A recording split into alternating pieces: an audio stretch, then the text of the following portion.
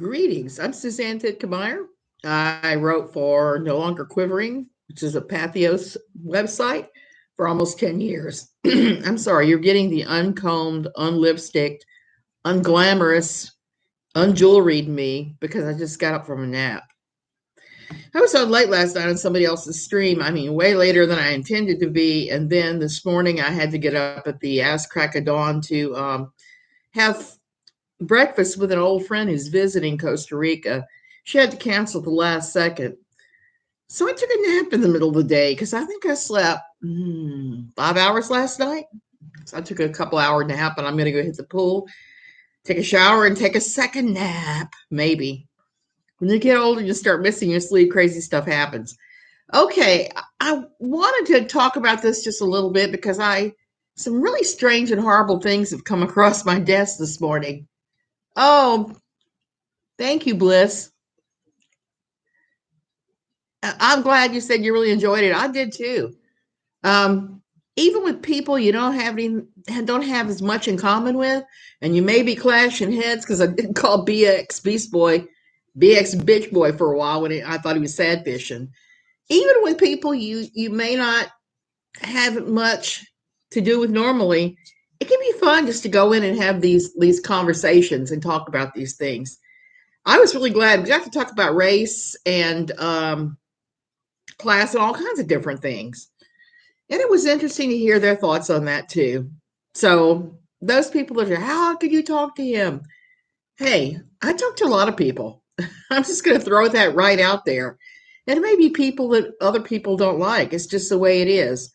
But I don't really want to talk about that. It's not really what I was coming on here to do today. I wanted to talk about Michael and Debbie Pearl. I don't know if you know who Michael and Debbie Pearl are. They run a ministry called No Greater Joy. They're also the ones that do the book To Train Up a Child, that advocates taking a plastic piece of plumbing line and beating the bejesus out of your child until they behave.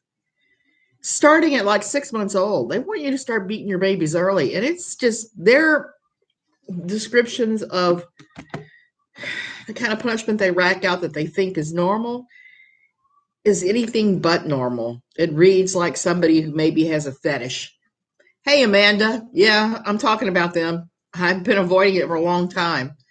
Debbie, on the other hand, wrote a book called Created to Be a Helpmeet. It was just horrific. It was a horrific book telling you to put up with abuse, telling you that if your husband molests your children, send him in jail, and then go ahead and be supportive of him, bring the children to see him while he's in jail, and only let him come back home when the children are grown and gone.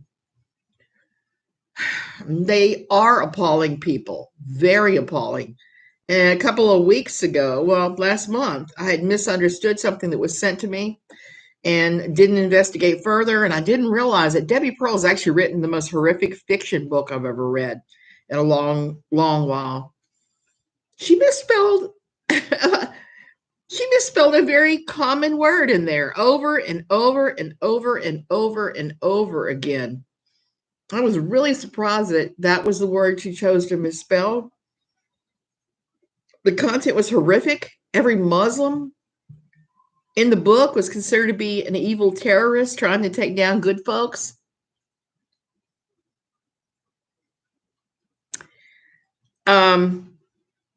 It had some Mary Jane-like characters in it that were obviously based on Debbie and Mike.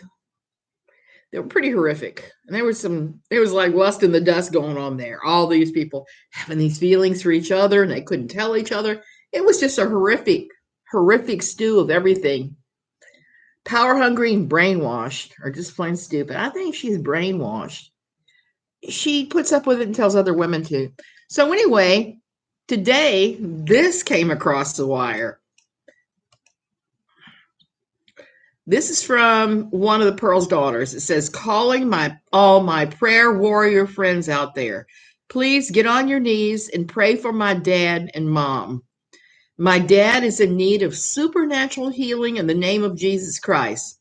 Mike and Debbie Pearl, faithful ministers of the Lord. Give me a break. Give me a break. The only thing I can see from that is, you may not know this, but I think about 3 summers ago, he had a stroke, a very minor stroke. I can't remember if he had his before mine or I had mine first. Um, he was given medical care, even though, in her book, The Vision, her fictional book, she healed everybody using a supernatural berry concoction that could bring a stomped to death dog back to life. That's what they were pushing and promoting, is this berry solution. And the recipe, it's nothing that special. I looked at it and said, well, that might help if you have a cough, maybe. But other than that, so anyway, Mike had a stroke. His was significantly worse than mine. Mine was just, my brain oozed a little blood. I have low platelets. I have bleeding disorder. So if my blood pressure gets high, that's what happens. My brain oozes, apparently. How severe Mike's was, I don't know. He must be gravely ill for them, Bliss, to put that out. His first stroke was so awful, and it took him forever to recover from it. There was like a 2-year span where he didn't even appear in the magazine. You didn't see him going out ministering anywhere. And you read that his family was taking him to these, what do you call it? I'm trying, because I have friends with MS that have been pushing this for me, and I'm started looking at it with, oh, hell no. Stem cell transplants.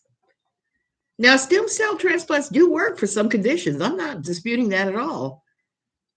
But there's a whole medical industry built around it as almost like a quackery. I've spoken on this before at NLQ. Now they're saying it cures everything. And the practitioners of this do it outside the edges of the law. They don't do it in the U.S. anymore. But you have to go someplace like Costa Rica or Mexico or Russia. You have to go somewhere where the laws aren't as tight and they aren't looking at the medicine quite so hard. And they do a stem cell they do a stem cell treatment, and they swear it cures you 100%, whether you've had a stroke, whether you're having MS, I've even seen it pushed for having regular osteoarthritis. What the hell just happened to my bushes? What the heck? Oh, I see what happened to my bushes. The black cat. My birds of paradise started going like that and was like, what? So this stem cell treatment, yeah, it's not a godly healing superpowers thing. And here's the thing that's crazy about that particular treatment. It's like $100,000 cash up front before they'll do it to you. And it's not successful. The rates are not good. I know one of my friends that has MS, the first time they evaluated me for MS, told me, oh, you ought to have this done. I had it done for my MS, and I'm so much better now. I'm walking and blah, blah, blah, blah, blah. Well, I went in and researched it. And once I saw Johns Hopkins stopped experimenting with it specifically for MS and other conditions because they were killing people, number one. And number two, it wasn't getting anybody any kind of long-term relief. I've got to check back in with my friend and see how he's doing now, 2 or 3 years later. See if it was the cure-all that he thought it was going to be. I hope it works for him. But the results have not been good. And Michael Pearl has had this treatment for his stroke. I don't know if it did any good or not. But you know what they say about strokes. If you've had one, if you're not taking care to keep it from happening again, if you are not monitoring your blood pressure religiously, if you're not trying to eat right, if you're not exercising enough, if you're not taking a blood thinner. Well, I'm not taking a blood thinner because that would be stupid. I would just start oozing all over again. But for most people, a blood thinner is part of the stroke protocol, and so is getting your cholesterol under control. There's all these different things. But let's take a look at Mike. I don't think he would. Well, Mike and Debbie Pearl have spent so much time saying so many incredibly ugly things about medicine and medical care and doctors and nurses. and just pushing herbal supplements all the way that I can't imagine. I laughed when I read they went straight to the hospital, the first stroke, because it was like, I've seen this happen before in Quiverful, where the rubber meets the road for the man. He is going to throw aside all those herbs and he's going straight to the ER and saying, give me whatever. I've seen this play out time and time again. Women may put their health at risk and not go to the doctor, but men tend to, when the rubber hits the road, when the serious stuff happens, they go straight into the arms of modern medicine, which is what he did. And so now here we have this, it's a lot different when you can't breathe, huh? Yeah, it is. Plus, I don't know if he's gravely ill, but I would say that that thing that's around is not good. I'm thinking he may be stroke number 2, because once you have one of these things, you have a higher tendency of it. My own father died of a stroke at 61, which is the same age I am now. So I stay on top of mine. I take my meds. I do what I'm supposed to do, including get enough rest, except last night. But I'm thinking that, and this is horrible, but I'm thinking that something seriously wrong has happened to him. I'm thinking he probably did have another stroke. And it may not be as nice or easy to recover from as the first one. Not that the first one he had was so bad. Mine, I'm going to tell you something. The first 6 months after I had mine were awful. I was reading, the woman who plays Daenerys Targaryen on Game of Thrones, talking about receiving a head injury. And she said the first 6 months after a head injury like that, the fatigue was the most intense thing. And that's what I had. I had serious fatigue. I'd get up out of the bed, walk to my rocking chair and sit down. And that would be it for the day for a long, long time. So, Bliss, that's what I think too. I think something really serious has happened with Mike, especially. I think it's very likely he's had a second stroke. The family was very secret squirrel about the first one, so I expect they're going to be that way about this one too, if it's a stroke. If it's a terrible accident, I think they would have already crowed about it from the rooftops and said, Mom and Dad were in blah, blah, blah, and this happened, that happened. Pray for them. But the fact that they're saying that it's a medical crisis for him is not a good thing. And it could, I mean, literally, it could be anything. It could be hard. It could be because he's not a young man.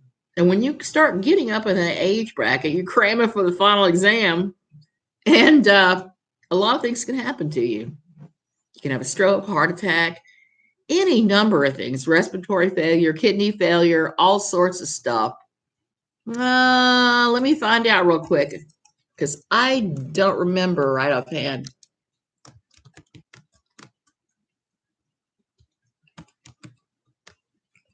But during the first stroke, he did not appear in the magazine at all. 76 years old. Okay, they're saying.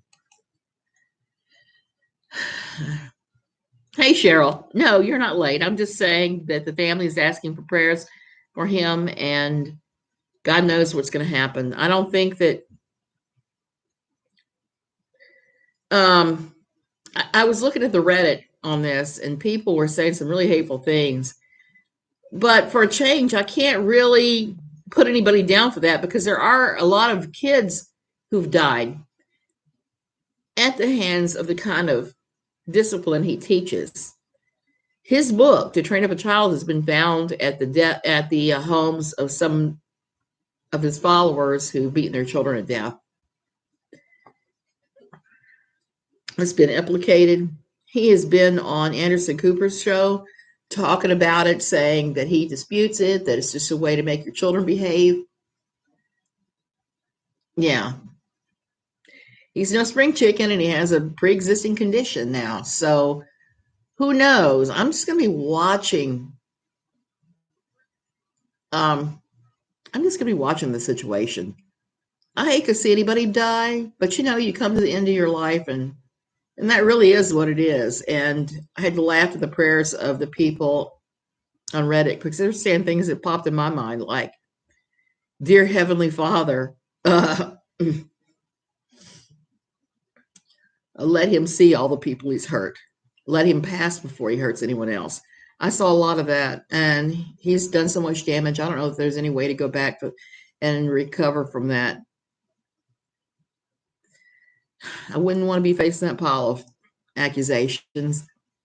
Um, Here's something that is one of the last issues of No Greater Joy magazine that he put his name to, him and Debbie. There's an article called Don't Do Missions as Usual, but I found it really, really interesting. A missionary wrote and said that someone that he'd been working under, where is it? Where? Oh, they did not say. Needed $69,000 to buy a building, and this person asked the Pearls to sow a seed. In Quiverful, sowing a seed has to do with kind of paying it forward. You help somebody else out. Somebody asks you to sow a seed in their ministry. You give them some significant amount of money. It's not unheard of. I've heard preachers preach that this is the way to go. Do I line up with that? No. If you want to give money to a certain minister, can you do that? Should you do that? It's really up to you. I mean, I can see if you're blessed and you're trying to help somebody, you're trying to bless somebody, like the food bank here. We give a lot to the food bank. Then I can see sowing your seed. So this guy asked for $69,000 from Debbie and Mike. And they gave this long article about how you don't have to have a fancy building to have church and blah, blah, blah. And, not focusing on the things that Western churches focuses on. But then I got to this, the last paragraph. I am telling you all this to say, we could give $69,000 to the people of Sudan who are already had a preacher giving them the gospel. Or they could meet under a tree or break up or meet in houses or slowly raise the money for their building. We have done all of those things to our lives and never been hampered by lack of building. And then he goes on to say that he's not going to give the $69,000 or any portion of it because they can reach 3,500,000 people with the book of God's story over the internet. This quote, God's story, they've pushed this thing before. And the fictional book, The Vision, was really high on pushing that thing and saying that Muslim imams and high-ranking Muslim politicians were opposing it, which is ridiculous. So he's talking about this download and how many people they could reach with that $69,000.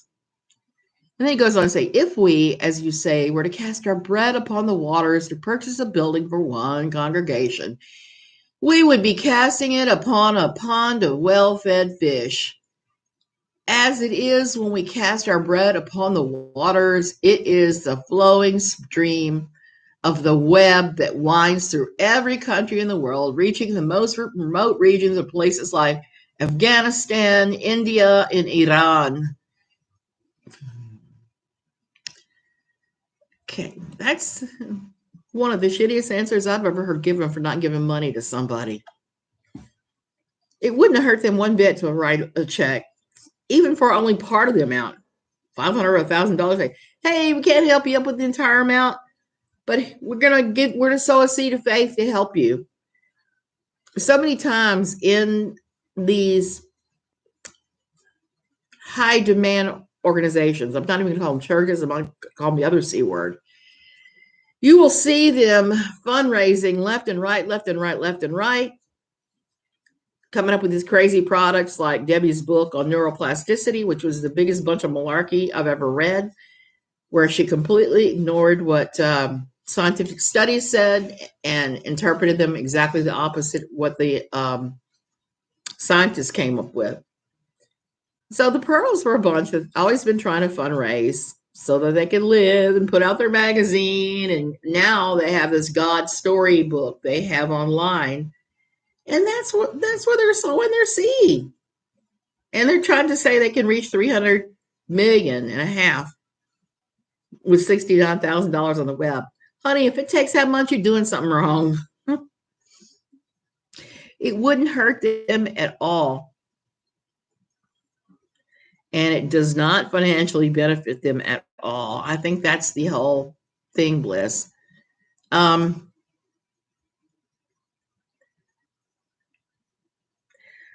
that's true. Linda, I've had that same experience. Typical cop out response when you ask for money from someone who's been trying to get it for, yeah. So godly, that benefits them some way. That's the only way. I would say go read Debbie's book, The Vision, if you really, really, really want to laugh. But the only way to do that is to pay the $9. And unless you're going to get $9 worth of laughs out of it, I wouldn't even recommend that. So in the book, they're talking about God's story. It's like a cartoon book they put together to promote Christianity. I haven't even bothered to try to look it up yet, but I'm sure it's going to be pretty horrific. A digital chick track. It is a no answer response, really. Manipulators are very good at those types of answers. Yes, they are. They're excellent at it. They are excellent at it. And while I don't wish anything, well, maybe I do wish it, anything really bad to happen to Michael, he's got to answer in some way for all the people he's hurt. And he's hurt a lot. He's hurt a lot of people. I shudder to think that I might have been one of them had I listened to the person that gave me his book when my youngest was 4. But I had a little bit more sense than to beat a child that had platelet disorder. There's just no way I was ever going to do that. I don't care how awful she was. That was never going to happen in our household at all. Now, the other thing I found interesting about all this is because between Mike having his first stroke and whatever happened today that they're talking about, Mike has gone missing, incommunicado, and a lot of that during that time. People that actually said he had his stroke and he was having some trouble getting back from it. He was gone, and everybody else wrote the magazine. Debbie wrote every single article there for a while, and now I've noticed again others are writing the magazine, and neither one of them are involved with writing stories the last 4 or 5 months since that particular article. That particular article was one of the few that they wrote. Yes, Bliss. If this is his time to go, and we all have that time to go, he is going to have to answer for every word, especially if it's what he believes. If he believes that God makes you answer for everything bad, evil you've done, he's got a lot to answer for. I would not want to be in his shoes. It's not a pleasant place to be. And it won't be if his vengeful God, the way he preaches how God is so vengeful and makes you repent of every sin.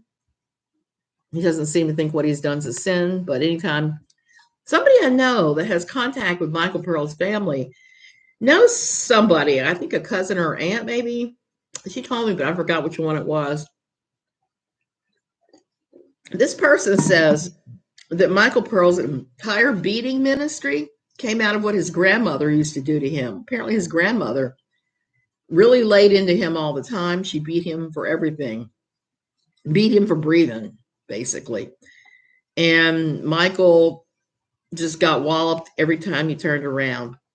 And I hated to hear that because no child deserves that, not even Michael Pearl, not when he would grow up and become later. And if this is his time to go, or if he's incapacitated, if he's stuck like in a wheelchair after a stroke, not talking, which is not uncommon, this all falls on Debbie. And we've seen Debbie do some pretty acts of desperation during the last time that this happened, including writing a book about rewiring the brain after she had done a ton of research after he had his stroke. And she took the research and came up with completely wrong, crazy interpretations of so many tests. The one that really blew my mind was a test that they've been conducting since 1970. They're still conducting it around the world. They found that culture and a number of things influences this test. It's a test. I can't remember the name of it, but it's a test I think they call it the Stanford Cookie Test. They have a group of children and say, okay, you could have one cookie now and eat it, or if you wait 15, 20 minutes, you'll get two cookies. What they found is that children from lower economic households would take the one cookie now, and that the children from the wealthier households without any food insecurity would wait for the two. That was one of the things they came up with. It's cultural too. There's a lot of cultures that handle the way their food and their childhood discipline goes that run that differently. So Debbie took that to mean that the children who were disciplined and beaten and everything else to be disciplined were the ones that could wait for the reward, could wait for the two cookies, the two marshmallows, the two pretzels, whatever it was. So that's just an example of one of the many things that she completely bobbled in the book, just reading. It's like looking outside the grass and saying, oh, look at that beautiful blue grass. Well, we all know grass is green, and green is a component of blue. It's like blue and yellow make green. So while they're not entirely wrong, they are entirely wrong at the same time. And that was how she approached everything. I thought then, and I'm thinking now, that her big brain book was a way of coping with the fact that the ministry might fall on her shoulders. She might be the one bringing in the dough. I don't know. I don't know if she's ever had food insecurity. She has described her childhood as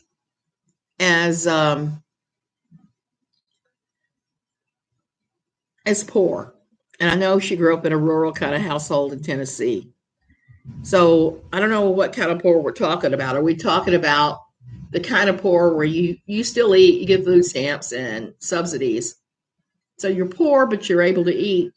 Are we talking about crazy poor? Well, that's what I've always called it. When you're won't take government handouts, you won't work because you think work is beyond you. You're so much better than all these positions. And you're out there just eating whatever you can scramble and scrouch up. She's told the tale before of they took a posting with him to be a minister and ended up buying cans from this warehouse thing, the sale, where they're getting pennies on the dollar. These dented cans with no labels that were cat food, it turned out. And that they had seed corn, seed corn, the dried corn that you plant. They had seed corn, and they ran the seed corn through the grinder and ate it. That year was all cat food and seed corn. Now that is food insecurity right there, folks. And it's a shame because they could have signed up. I mean, they could have signed up to get WIC. I know they had small children then. They could have gotten WIC. They could have gotten food stamps. They could have gotten USDA subsidies, milk, butter, cheese, all of those things, where there are way too many. Yeah, so they were living on seed corn there for a while. And their kids have talked about that too, about that. So there has been some food insecurity. And I think Mike may have been raised in a household there was a lot of food insecurity. If you read Debbie's book, Created to be a Helpmeet, the first chapter is about what happened when they got married. And they took a vacation down to like South Alabama, Orange Beach, somewhere along in there, somewhere on the Gulf Coast. And all Mike wanted to do was go out and get seafood. And I mean, capture seafood. So they were out there digging up oysters and doing all kinds of stuff. And Debbie was having to run around behind him with the oyster sack or the croaker sack or whatever. And they did it so much, and she had to cook and clean so much. She actually passed out during their honeymoon because the sexual demands, the demands to go out and go oystering, I think it was oysters, and cook and clean was just too much. So I'm thinking he probably had food insecurity in his childhood too. Who goes out and gets that much seafood? And it's a beautiful part of the world to vacation in, but my goodness, just makes me feel sorry for her. I think she's been with a tyrant all these years. She's been refusing to see or acknowledge that. And it's really bitten her on the ass hard. And she stayed. Yes, she stayed. Not only did she stay, Amanda, she turned this into a ministry. So her, like Lori Alexander and a number of others, normalized their own abuse, the abuse that was happening to them, and built a ministry around it, trying to tell other women they must stay in their abuse.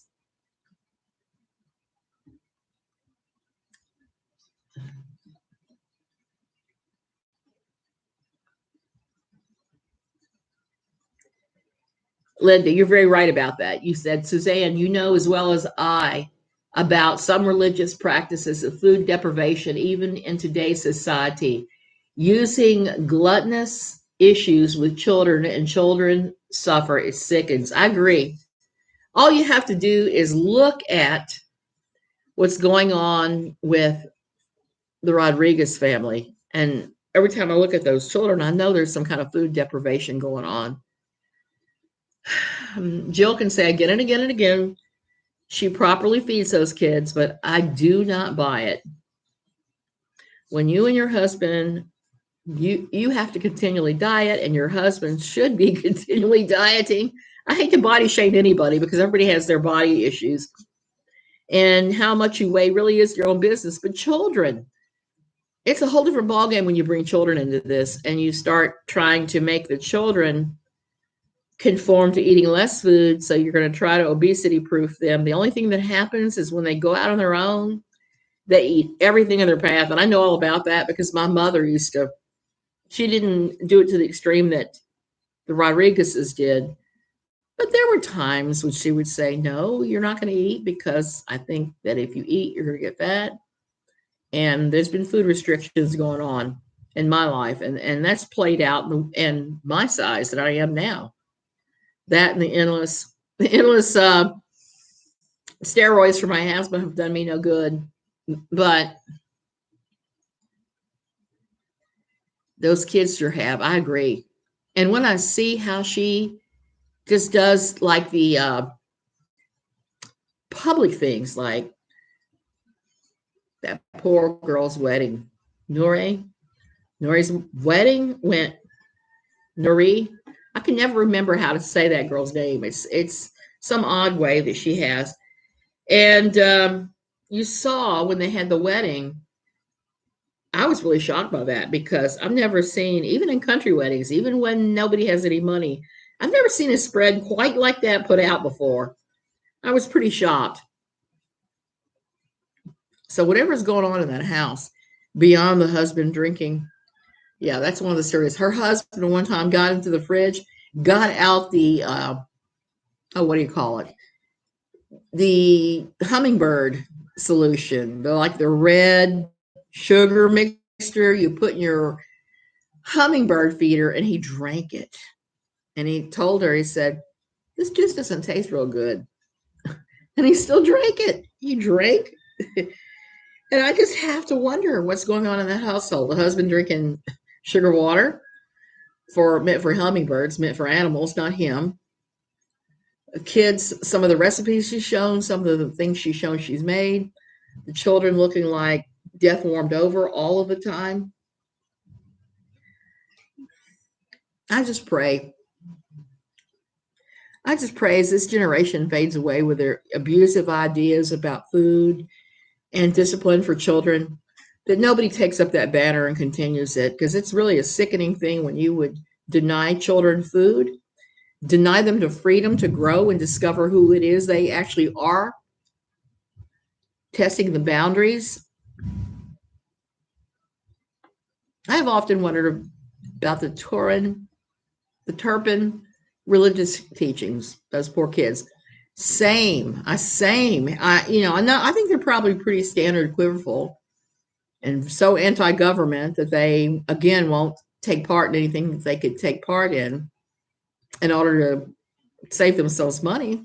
Again, they would definitely have qualified for food stamps, and at the very least, commodities, maybe even a local food bank, something like that. But instead, the parents stayed fed, and the parents starved the children. I think you have to be a special kind of whacked in the head to starve children and to beat them. Beat and starve. It's a heck of a thing. And now I have to change gears just a little bit and talk about Tati Westbrook. You guys, I'm sure most of you have seen her video now. I watched it yesterday afternoon, and the first thing that came to my mind is always just like, oh my God, she's gorgeous. How do you become that naturally gorgeous? Every time I've seen her, makeup or no makeup, I'm just blown away. So that was the first thing. But the second thing is she talked a little bit about what's going on with Clark Swanson and that lawsuit. I think anything could and will come out of it. Apparently, she was getting the same emails a lot of people were getting it from it.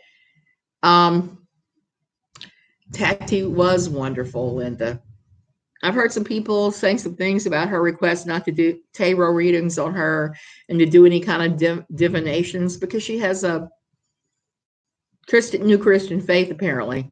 And I got to say, she has that right to request that. She really does if she's not comfortable with it. I don't think those things are harmful compared to a lot of things that religion fools with, but she does have that right to request that people not do that. Now, it's up to them whether they go ahead and honor that or whether they don't. That is strictly on them. And some of them are not going to continue regardless. I would hope they wouldn't. Tati was wonderful. I enjoyed that.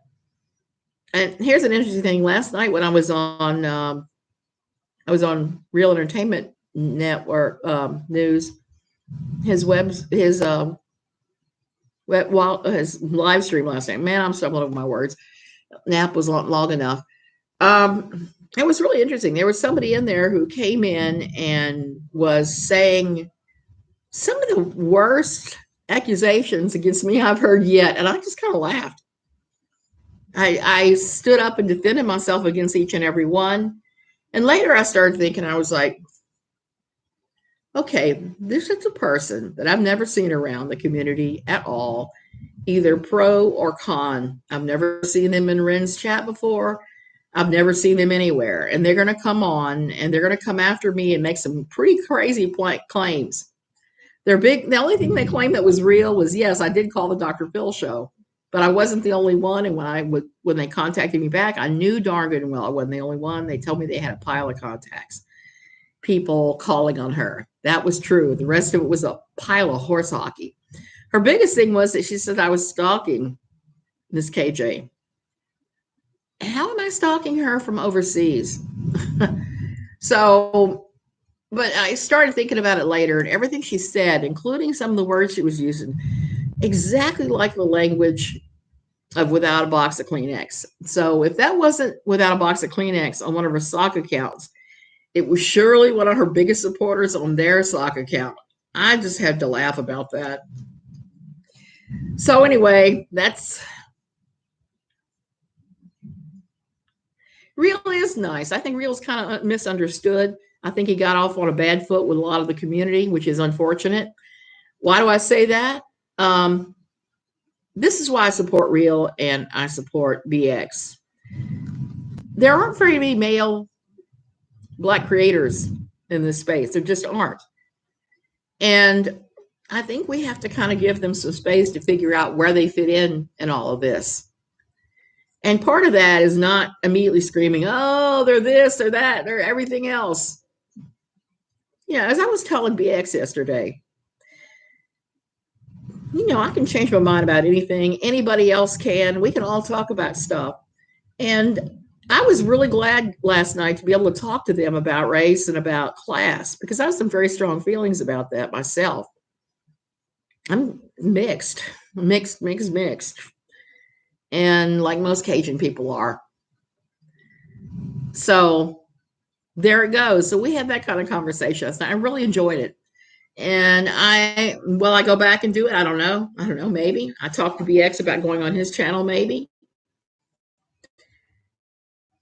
I've had he's so medical, like everything that every day. And I want to be open minded enough that I listen to everybody before I say, hey, this person. It took me that long to get kind of fed up with what was going on with her. It took me that long to get kind of fed up with what was going on with her. And I didn't even know